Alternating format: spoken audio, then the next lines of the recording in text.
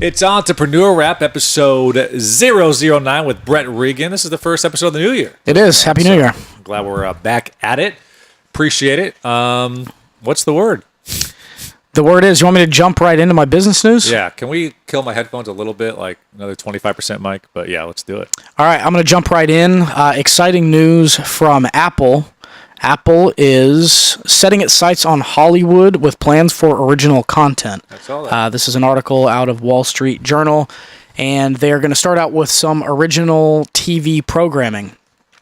Available to $10 per month for the people that are using the Beats Music channel, and they are potentially considering original movies down the line, but they're going to start out. So they're with getting some, into the Amazon, Netflix, Hulu game essentially with the original content. After I read the headline, that's what I initially thought. Upon finishing the article, they said that it's less about a competition with the Amazon and Netflix of the world, because those are kind of monsters and they're solely focused there.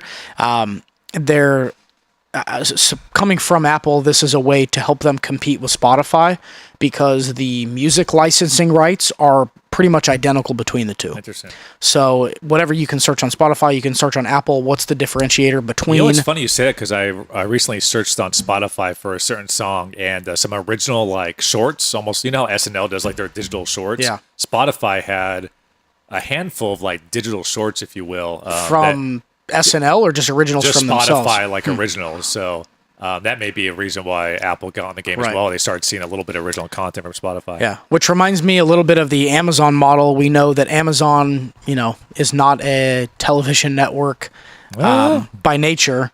Initially started out as a retail store, and they added the original programming as the more to Prime to get people to use that Prime service. It seems like that's kind of a little bit of what Apple's trying to mirror here. What does this all mean, Brett? What does it all mean? In my opinion, the whole sponsored content angle is just going to be the larger companies are going to have their own network of some kind to either A, promote themselves without being overly self-promotional, or to be a value add. Yeah. So I could totally see, I know American Express had done a pretty good job of doing like artist videos. So Taylor Swift and a few other people, they'd follow them on tour, sit down interviews, backstage access, whatever. So that if you were an American Express member, you would get access to this content, but then it would also give you the opportunity to, get a backstage pass, or if you did buy a Taylor Swift ticket, you got an upgrade. I just lost on the whole Facebook thing. Live. This dude just went down about 12 inches. Usually it goes a couple centimeters at a time. That was but no, I think in this new media landscape, I really believe that product placement and things like original content when it comes to sponsors is the wave of the future, because let's pause for commercial break for 7 minutes and show you 14 30-second ads. I just think people are tuning that out. So you've seen a shift the last few years. Like, we need to find a way to have the ability to insert ads when we need to. Well, and or products. Others may feel differently. I think depending on your age group is how you perceive integrated content or integrated product placement. But I used to watch New Girl, and it was so clear that Ford was a sponsor, and or it was American integrated. Idol with the Cokes on the cup. Like, ooh, I want to have those don't bother me as much, because it's a reality. To have that cup there feels a little more like a natural integration, but in the middle of a show, to have the car there and they're like putting in their navigation. Jerry Seinfeld with comedians in cars getting coffee, he does it like in a funny way. Right. And they did that with Seinfeld too. Stephen Colbert and Conan have done good jobs of like, wow, I could really use some Doritos right now. And then you're laughing, right? I think they know that it's a little uncomfortable to have a product placement somewhere. Funny, yeah. So they do it in a funny way. And even back in the day, Seinfeld, where they had all the cereals up there. Tic Tac? I don't know if that was a sponsored one or if that was just a funny episode, but I assume that Snapple was a sponsor, because they used to do the whole joke of, can I get you a Snapple? Can I get you a Snapple? Yeah. So in a funny way, the integration works there, but I feel like it's really awkward if I see a movie and, there was a Will Smith movie, some post-apocalyptic thing where every car in New York was a Ford, and he was, driving around in an F-150, and then he's driving around in a Mustang. Those feel a little icky to me. So I think people are trying to find a way to integrate themselves better, and I may have brought this up previously, but I really feel like Amazon has done the best job of that, because when you see a Jeffrey Tambor at the Emmys saying, "I'd like to thank Amazon," And I saw Jeff Bezos was at the Golden Globes in the front row. It's just funny how a dude that owned, like you said, a retail shop is the front row of one of the biggest award shows that we have. and I can't really describe, why that doesn't feel as weird, but if somebody had gone up with an Emmy and said, "I'd like to thank Walmart," that would feel a lot different than it is to say, "I'd like to thank Amazon." So I think that's probably the best example I could think of integrated content or sponsored content that doesn't feel that way. So people are going to try to replicate that model. I think that's what Apple's doing here. All right, so I know a lot of, at least I do, and we'll give a shout out to John OC here at our office. I think he blazed through about 5 entrepreneur reps in a row on a drive out to LA. So I know for me, some real knowledge bombs. For me, I usually listen to back-to-back podcasts or multiple in a row. So those of you that are just joining us from episode 8, we had a pretty long discussion on Facebook Live and what happens when people go live or an account gets hacked and bad things happen. And last week, believe it or not, 2 different things happened. There could have been more, but the 2 big ones were 4 people that were charged with kidnap and torture. 4 suspect kidnapped and tortured an 18-year-old man in a Facebook Live video. Over 18,000 people were able to see the video when it was live. Took 30 minutes to take it down. And the suspect shouted F Donald Trump and F white people during the torture session. Again, getting it out to a lot of people. So just back on that discussion that we had back on episode 8, we talked about this is the stuff that's going to start happening, and what does Facebook do to try to police this or try to avoid it from A, going live, and then B, being archived for 30 minutes and 16,000 people seeing a man being tortured in Chicago. What are your, if you're Zuckerberg, what is your, idea to start policing Well, this? here is Facebook's statement on the issue. Quote, "We do not allow people to celebrate or glorify crimes on Facebook and have removed the original video for that reason. In many instances, though, when people share this type of content, they are doing so to condemn violence or raise awareness about it. In that case, the video would be allowed to stay up," which is interesting. That's officially from Facebook. But then people obviously ripped it and uploaded it to YouTube.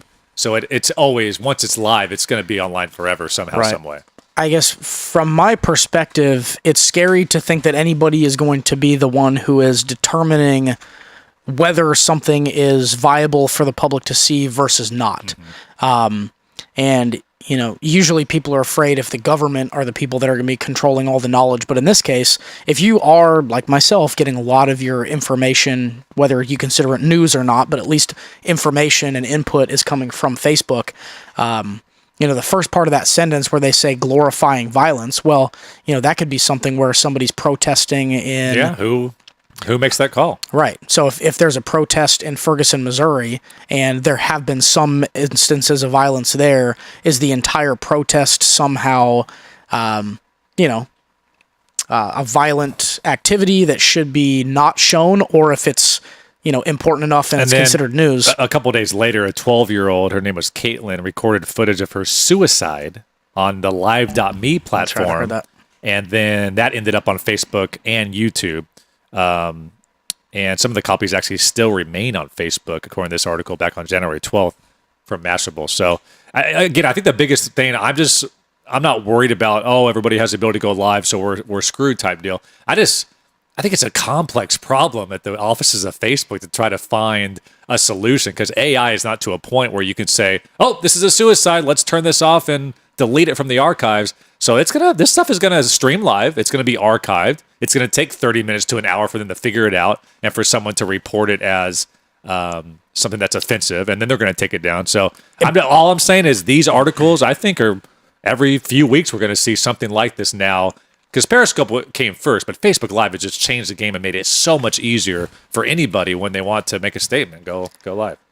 But is it the live element that worries you? Because if I record a video of myself doing something violent and then post it... It makes it more complex, because when you upload a video, like with YouTube scans your video as you're uploading. When you're streaming live, I just don't think the AI is there yet where they can scan every millisecond and decide when to take it off. When you upload a 3-minute video with a Bon Jovi song in the background, YouTube won't let you upload it because they've figured that out from a algorithm standpoint. So that's why I think it's just a different technology, different game. Now, is Is it up to Facebook to make all these determinations? Is there somewhere where the government should or could step in? What is the government going to do? Have an They office did it with in television. Facebook? Yeah, but I mean, if the FCC just said, hey, social media platforms now fall under our regulatory umbrella, that doesn't seem like such a far stretch. I don't think it'll happen But because how do there'll you be... police 1 billion people that can go live? Because that FCC can police 100 cable channels that can go Right, live but if and pull their broadcast and license. I'm not saying that I agree or that this should be the case, but if the FCC said these across the board, if you're going to be a live streaming service that puts yourself out for free to people and you make it easy for people, these are the processes that you have to put in place. This is the user agreement, has to include this type of But language. Facebook already has all that. You can't commit Facebook suicide does, on but I Facebook mean- Live, so that when they catch it, they take it off. I'm just trying to figure out how do you stop that from happening Right, before but it that's already just happens. Facebook deciding to do it. Does Live Me or whatever the previous one you mentioned have Live something dot- similar, or is I'm there sure going to they all be do to a certain extent. right? But there may be something that wants to be the underground one that's like, hey, we're just here to facilitate. We just give you the platform and you do whatever you want, almost like a Napster Like, model. what was chat roulette? Yeah, remember which was that? just basically like naked dudes. Yeah. So I guess, but I do believe these bigger platforms like Facebook, YouTube, Instagram, I'm sure they all have policies. That doesn't mean people are going to follow it. When they don't follow it, how do you avoid it? And I just my consensus is you can't avoid it. It's just going to happen. Right. And then you have to run it through the PR machine. Then I think Facebook will make a lot of statements over the next 6 months to a year. Well, my hope as is this that there'll stuff be, happens. that'll always be a tiny percentage, but I'm hoping overall. Oh, that, of course. This you is know, a 0.001%. Yeah, but I of mean, it people. could if it becomes super violent. That's a scary thing too. Is that if people start using a particular platform, it probably wouldn't be Facebook, but if there was one little more And from a marketing- Reddit style live, From a marketing perspective, if the media chooses during a slow month or a slow week to make this their narrative, then Facebook Live can be that platform that people commit suicide on, right? Like, or do terrorist attacks or whatever. I mean, yeah, that's what's scary. In the Middle East, they've done beheadings and things like that for a long time, but it's always been like on a VHS, and they send it to the State Department or whatever, and maybe it gets released somehow, some way, like on a backdoor website, but never has it been able to go to the masses and 16,000 people be able to see it. And then you'll probably know the answer to this question because of your journalism background, but in Mexico for sure and some other Latin American countries, they will show way more graphic, like traffic fatalities, or, if there's like a, cartel killing, they'll show the people hanging or the beheadings, and their, whatever their Reasoning. FCC is, does not limit them from showing those things.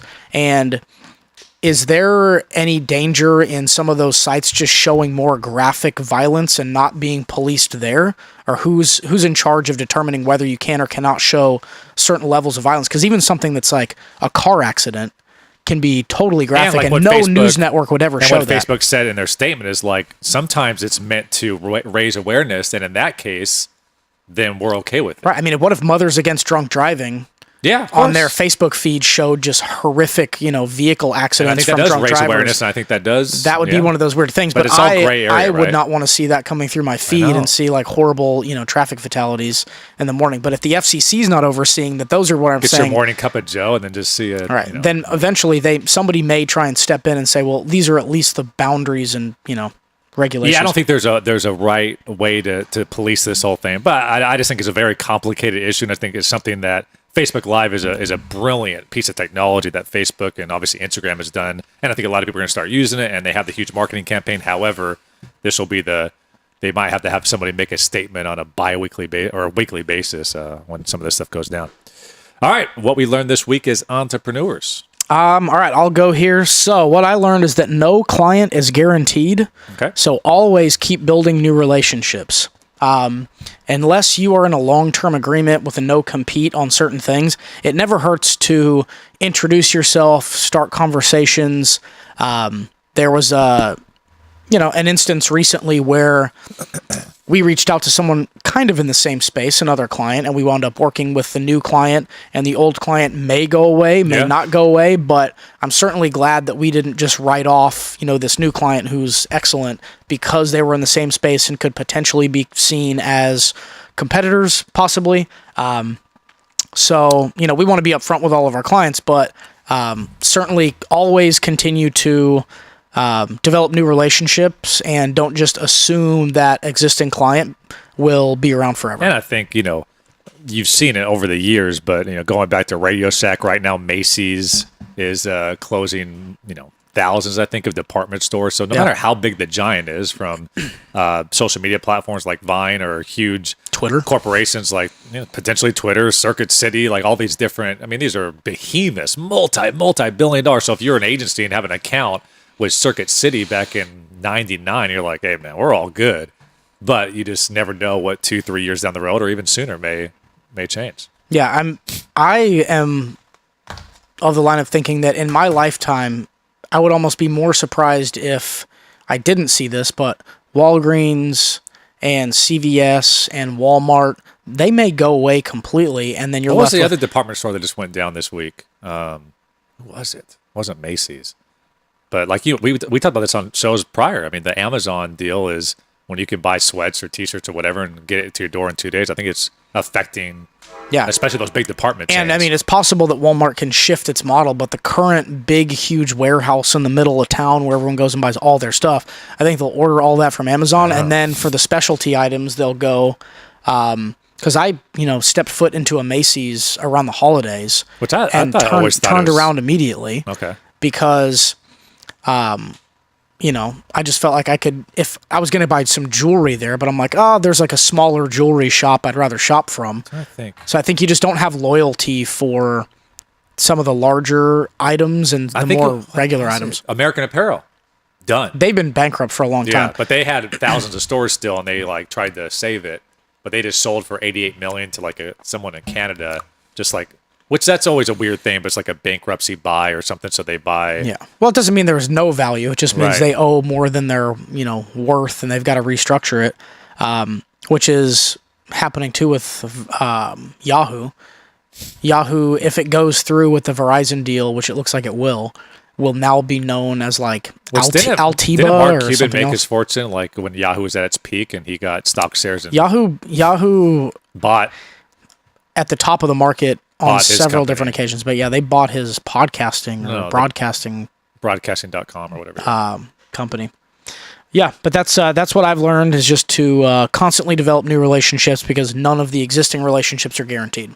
Awesome. All right, for me, I think finding out what makes you feel confident as a manager or owner. So if it's a big event, does that mean you want to do multiple rehearsals so you feel confident in your team and your ability to go out there and execute? I think this works in sports too. Does Bill Belichick run the first 20 plays in the practice prior to the Super Bowl to make sure everybody knows their assignments and everybody does it the right way?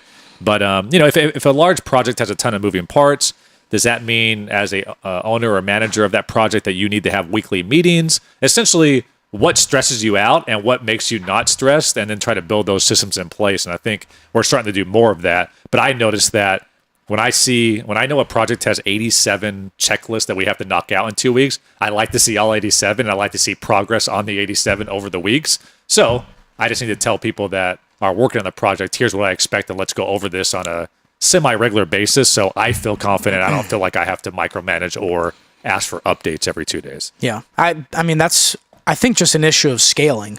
Is the further removed you and I get from projects, we still really require a lot of communication, coming back to us to say, here's where we are with everything, rather than going to the employees and saying, where are we with everything? Because at that point, already the stress level starts to rise. And nobody wants to be, over their shoulder like, hey, what's the deal? What's going on? Because especially when you don't have like a presentation or report to show somebody, it's really difficult to like, in 30 seconds or less, tell somebody what's going on with a very complex project. So I think just setting those expectations early will make everybody's life easier. Yeah. And so it seems to me like sometimes you deal with stress, though, by just rehearsing pretty much, as much as humanly possible right, up guys? until Live show Lounge? day. It's like we did it 40 times before. Yeah, but I mean, because of that, I think not only did the project go well, but the stress level from everybody involved was down. On show day, it was like, we've done this, right, and that was multiple times. Non-requested feedback from certain people were saying like, this was really easy because I've done it so many times. I just felt like I was doing it again. Right. Which is true. And I think we went to that live broadcast conference in LA.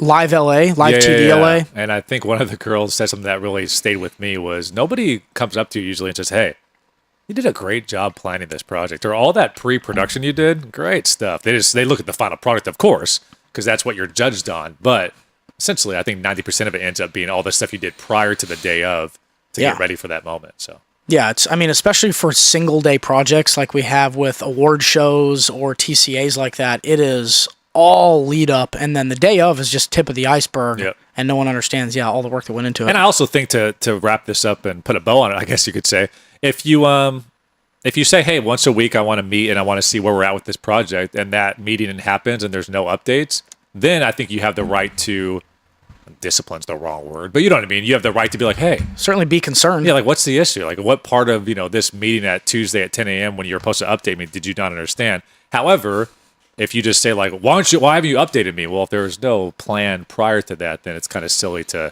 expect someone to read your mind, which I think that's a good way to look at it. Nobody's going to be able to read your mind of what you need from them. All right, what we're reading, I'm going to bail on this part of it. Yeah, me too. I could say what I'm reading again, but I don't have enough to make it interesting for the listener. Moving on to the tech tip. We've mentioned this on the show before.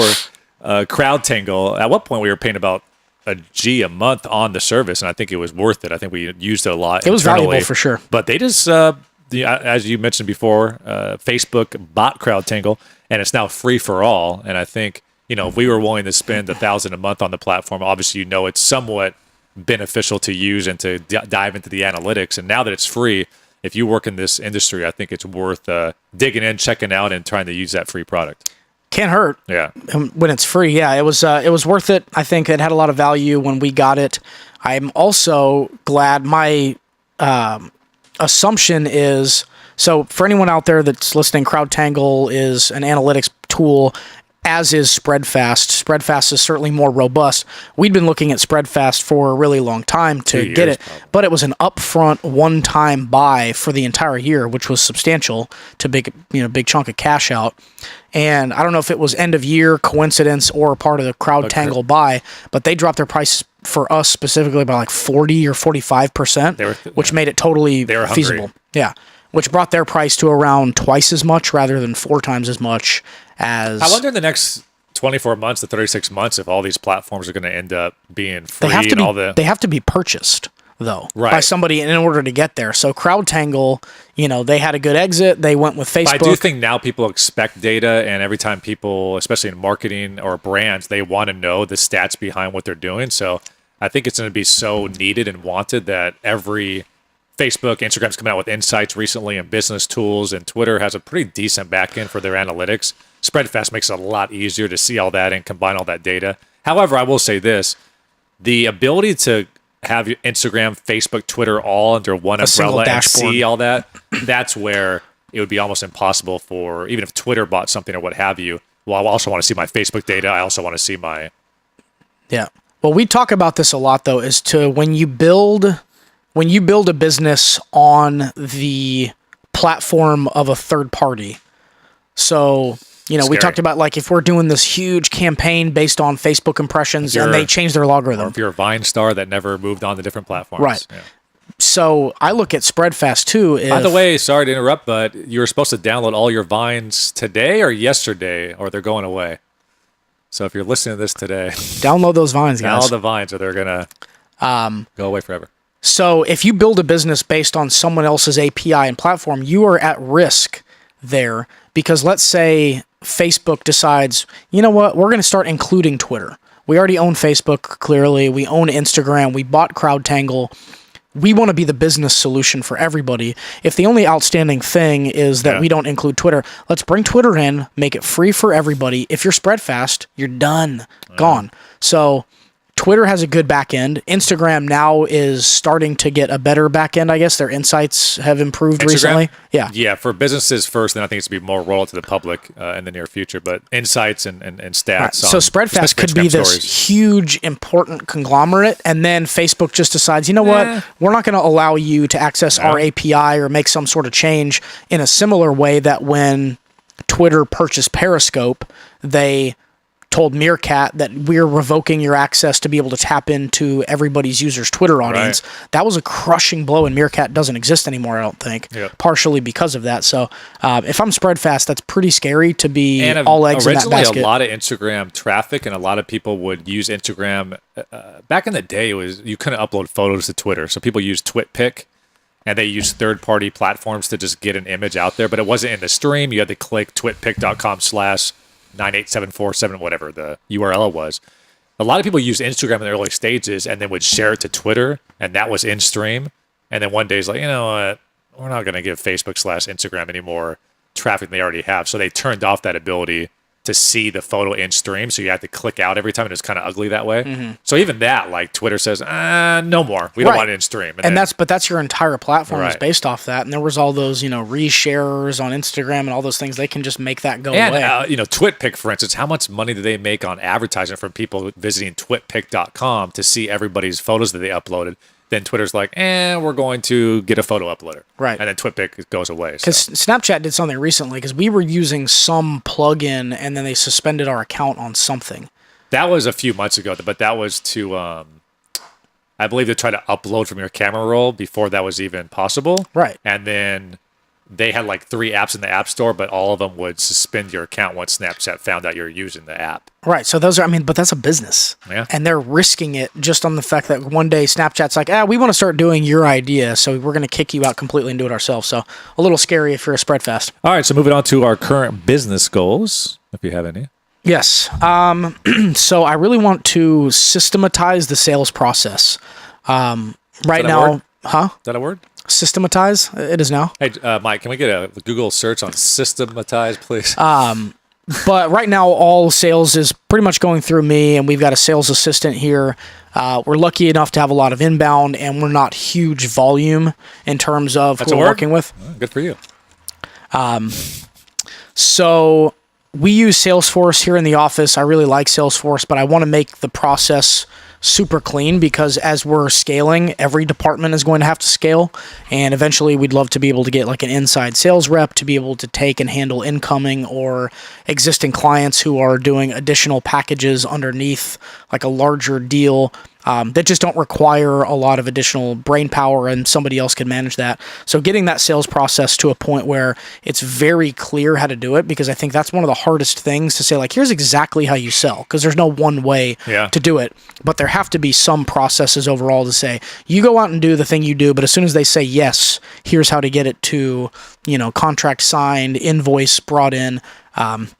So I'm working with a consultant who I really like, and we're kind of working together on that project, but looking forward to having that all together. Well, one thing about startups and, starting or, owning a business too is it's crazy how things come up and you put protocols in place and you try to look back at how the hell did we do this before? And we just had a meeting a couple of days ago where we're like, okay, you're the account manager, Vanessa. What happens when you're out? Who takes responsibility? We didn't have that process in place, which I think if you were to tell anybody at face value, like, well, that's pretty silly. Why would you not have a plan B when somebody's out of the office or sick? So even 3.5 years in, I think we have some of those like aha moments like, wow, we probably should develop a document, an onboarding document for every client, and choose who the main point of contact is, the secondary point of contact is, and then what the procedure is if someone's out sick or on vacation. Do they forward emails to the secondary account manager? Do they have an automatic response and say, please reach out to this? I mean, those are simple things that you think you would start day one of your business, but it's stuff that just pops up after a couple issues or problems. You have a meeting about it, like, all right, let's now implement this. But sometimes it drives me a little crazy how, like, damn, it takes 3.5 years to get to that simple of a point, right? I think a good analogy for that, though, is almost every stop sign that you see is there because there was an accident.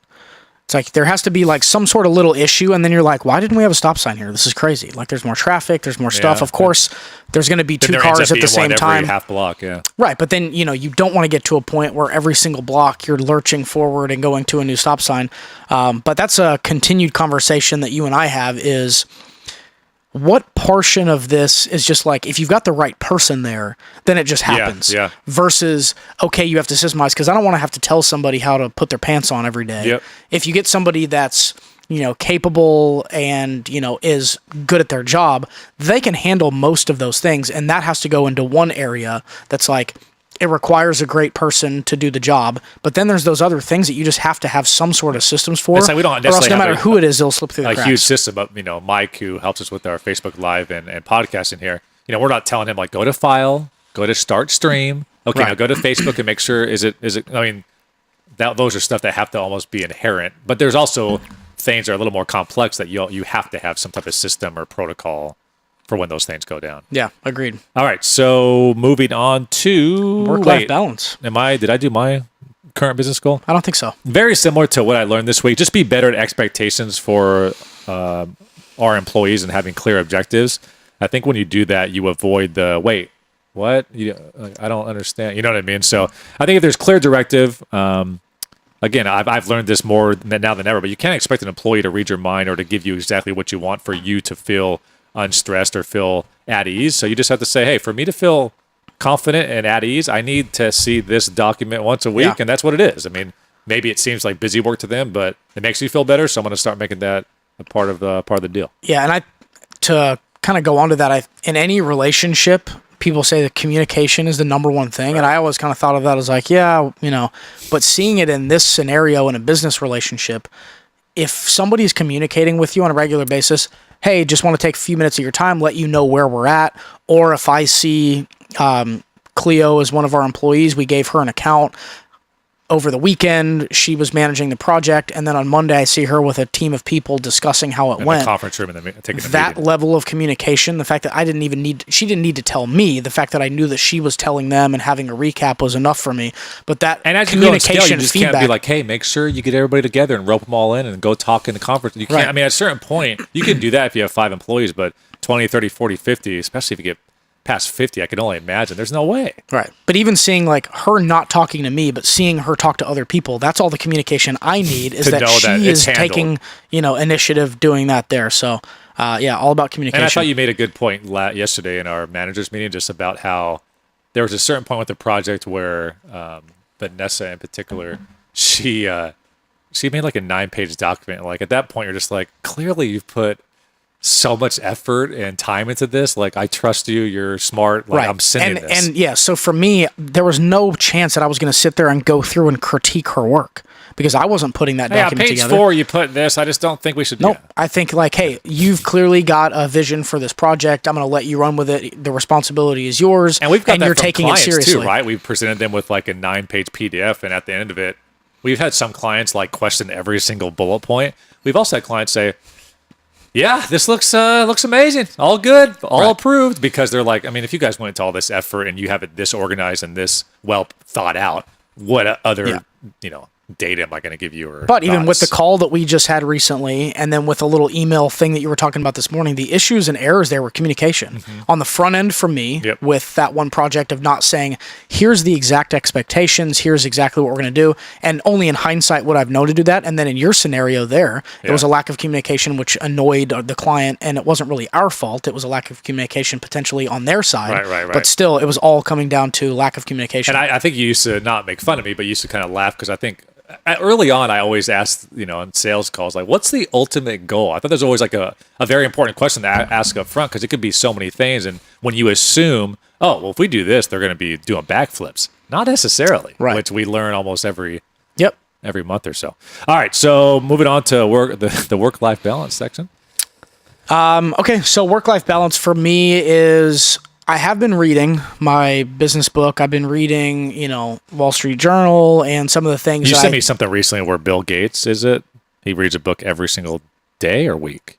Probably week. Yeah. And you're like, if he can do it. Yeah, like if he can fit it in.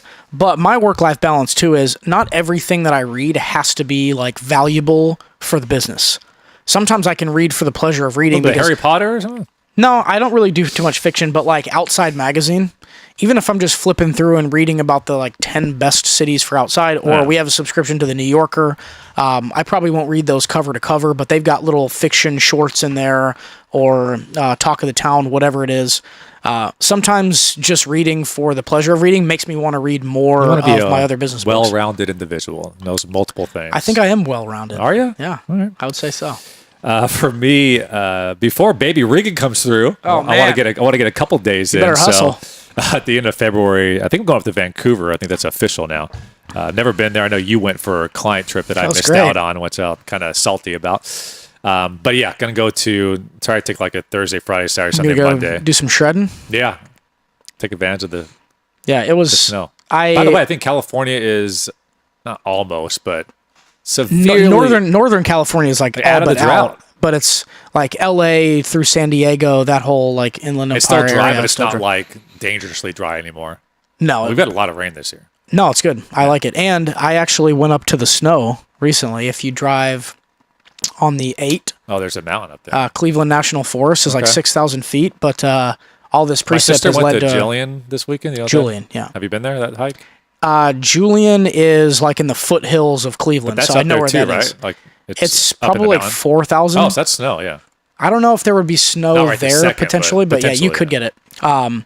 But yeah, it's kind of nice in San Diego to be able to drive up to do that. But yeah, Vancouver, I had never even looked at pictures of Vancouver or thought of what it was like. It was really nice. And you get an Airbnb and get like a dope cabin or whatever with like 6 rooms. No, that'll be fun. Yeah, exactly. All right, so moving on to our media spotlight, Mike. I'm going to queue up the Uber movement video when you're ready. But I feel like if anybody, like we don't have a lot of investments or any really, but if people thought we invested in companies, I think they would think Uber, Amazon. Like we're always talking about Amazon and Uber, I feel like.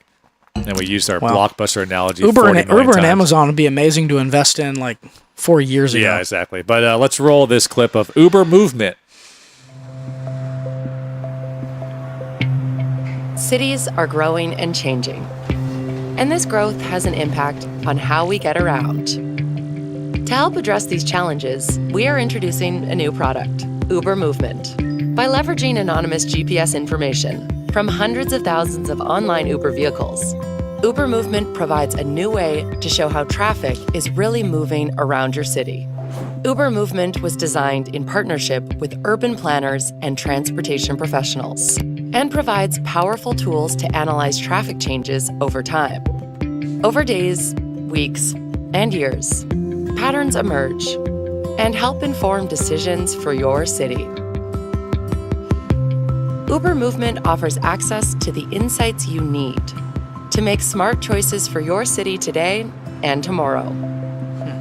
So we just watched it on Facebook Live, like a 1-minute ad. It's called Uber Movement, and as you know, Uber is in over 450 locations, and they have a ton of data now of traffic patterns and different routes and all that stuff. And I think they're trying to use this as leverage, really, because some cities that have fought them or government issues that what's in it for us? They don't want them in their city. They've really put this out as hey, I know you don't want us in here, but what if we gave you this data for free so it can help your city infrastructure and the planning authorities? So it looks like they've given this to planning authorities at different cities, especially the cities they want to get into, and this will be released to the public in mid-February, which I think will really go after Google Maps because, you know, Google has done a good job. I think that's all based on satellite and maybe guessing of different traffic patterns, but this would be probably the most data we've ever seen when it comes to traffic patterns in major cities. And I mean, Google Maps makes sense for anybody to use just trying to get to a particular location. I feel like the Uber movement was more sounds like for like governments when they're determining infrastructure. The reason I say Google Maps is because there is a feature of Google Maps where you can say on Thursday at 7 a.m., I'm going to drive to LA. What is the average time from San Diego to LA on a Thursday at 7 a.m.? And it gives you those estimates. Yeah. But I think this will be a lot more down to the nitty gritty of exactly how much time it takes over the course of a year. And if you keep in mind too, like they have to be good at this because how else do they determine their peak logarithms and how much they should be charging? So probably in the history of the automobile, no firm has had the money and resources to be able to put a study together like this, but they have a vested interest in doing that because they can determine prices based on how long it's going to take somebody to go. And you got to give them credit. I mean, killing two birds with one stone. You are Uber. You're worth $40 billion. You're like, well, how can we double down on this? Well, we have data. Like, why don't we turn that into Uber Movement and go to government officials and team up with the planning authorities so we can get into more cities? And like, we have all these drivers, so why don't we just do Uber Eats? And then those people can also deliver food. It's just a delivery force. Like I think a lot of, to their credit, I think a lot of companies be like, hey, we're Uber, we're killing it, we're worth $40 billion. And obviously some of that $40 billion is because of their other things they've done. But much like Google with Alphabet, I think constantly trying to double down on what they have and the data that they're getting. Well, and it's interesting to see too, because they don't have, it seems, a specific business model necessarily. It's more of, hey, we're really good at having people drive around, and we've got a great, app that tells people if these people are driving around delivering human beings, can they deliver other things, medical supplies and food and all these other things. And that's where it's really interesting, because it's very clearly something that can be global.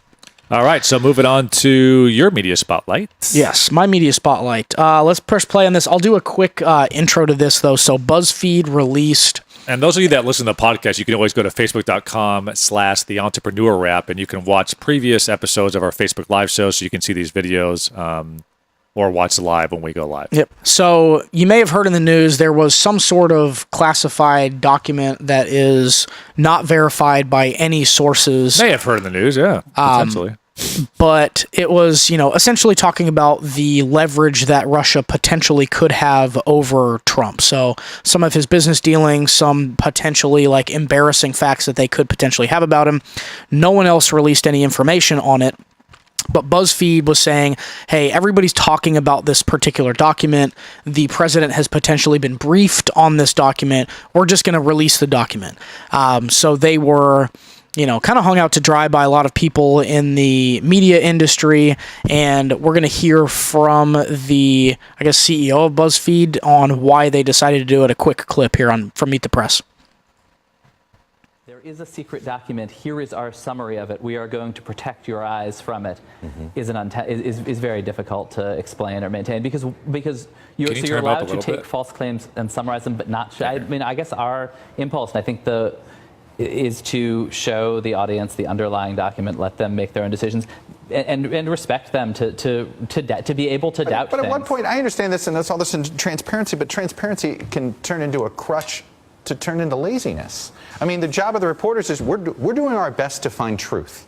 Okay? At the end of the day, it's the best truth we can have. And you made a knowing decision to put out an untruth. If we had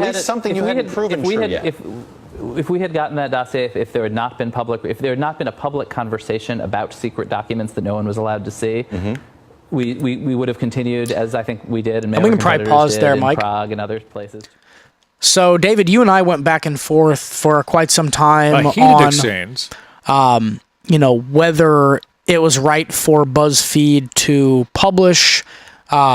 And kind of just a new era of does BuzzFeed fit into the traditional media outlet, or is that more along the lines of a TMZ?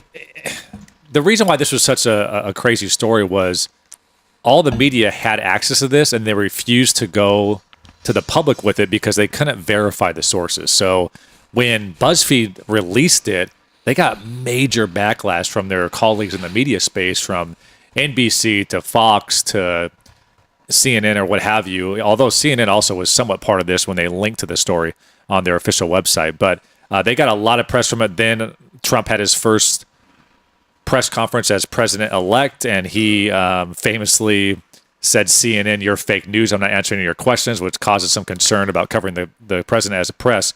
But that was the main issue. And I think I love this tweet from Brad Heath over at USA Today. He says, this is not how journalism works. Here's a thing that might or might not be true without supporting evidence. Decide for yourself as the reader if it's legit. And that's always been my concern about this, whether you're a Trump supporter or not. The reason why this was so damning was, a big outlet with millions and millions of followers decided to post something that they could not confirm nor deny and said, here it is. And then that becomes truth to a lot of people just by reading headlines. Right. But I guess for me, it doesn't seem like this is the first time that this came out. And not to put it where it's like, well, Trump did this, so they're doing it to him. That's not my point here. But I felt that similar way about the Obama birth certificate, because there was no evidence that he was not an American.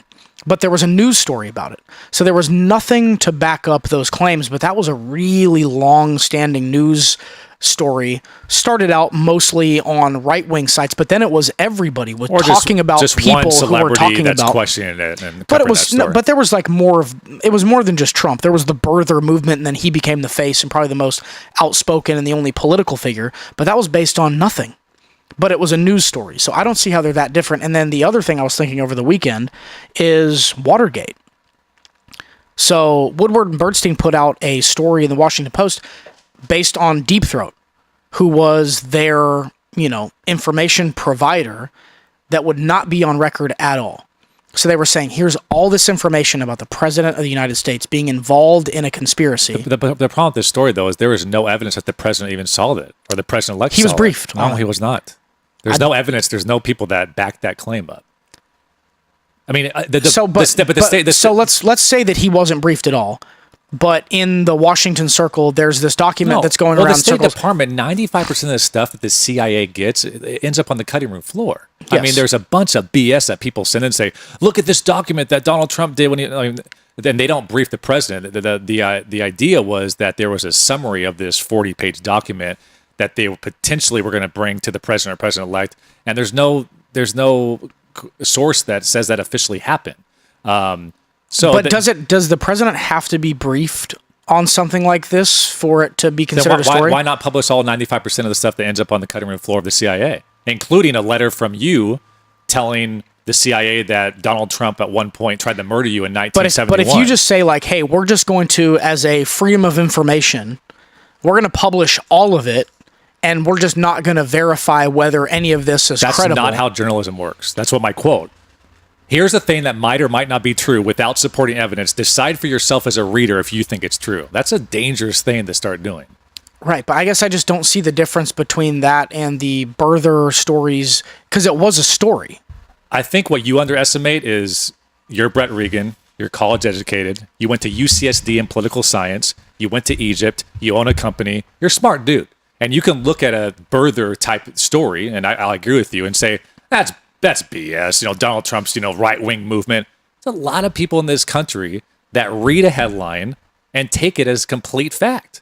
So I think that's the scary thing is people are not going to do. Wait a second. But what is the headline? But people are not going to. The headline is that there's all this damning information about Donald Trump. But I don't feel like that was actually the headline. I feel like the headline was more of there's a document circulating in Washington, D.C. But there's documents circulating constantly. Right, but if you had a bunch of articles about documents that were circulating, then it wouldn't be that big of a deal. With no sources that backed up that actually was circulating. Right, but then I could go back to Woodward Bernstein and say, like, the whole Watergate scandal was based off of somebody of no source. They said, here's a source, it's a fake name, here's where we got the information.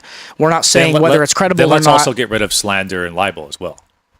Because that's a serious thing.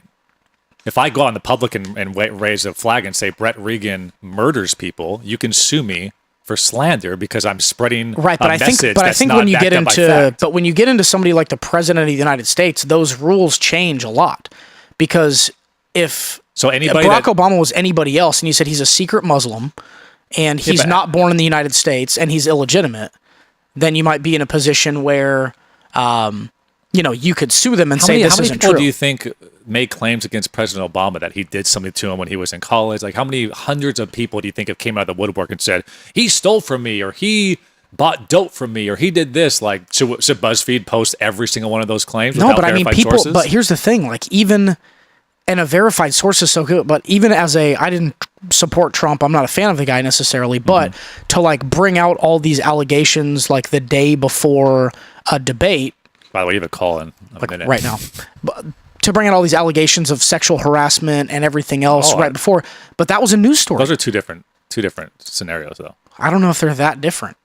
I mean, there's a human being saying that this person did that. That becomes your ultimate source. But I think the problem is, in journalism, at least the way that I did it working in radio and graduating, you always have to have two separate sources that can confirm something. There's a reason why hundreds of news outlets refuse to go to the public with their story. And there's a reason why when BuzzFeed came out with it, every outlet said that was a bad journalistic thing that you did. Do you think that that's going to start a trend where people start doing it more moving forward? Oh, sure. I agree. I think that's the one takeaway from this is that in 5 years, partially because of Trump being president, this is going to be a new way of news. And to wrap it all up, the good news is something, in my opinion, came out that shouldn't have, and there was backlash towards that.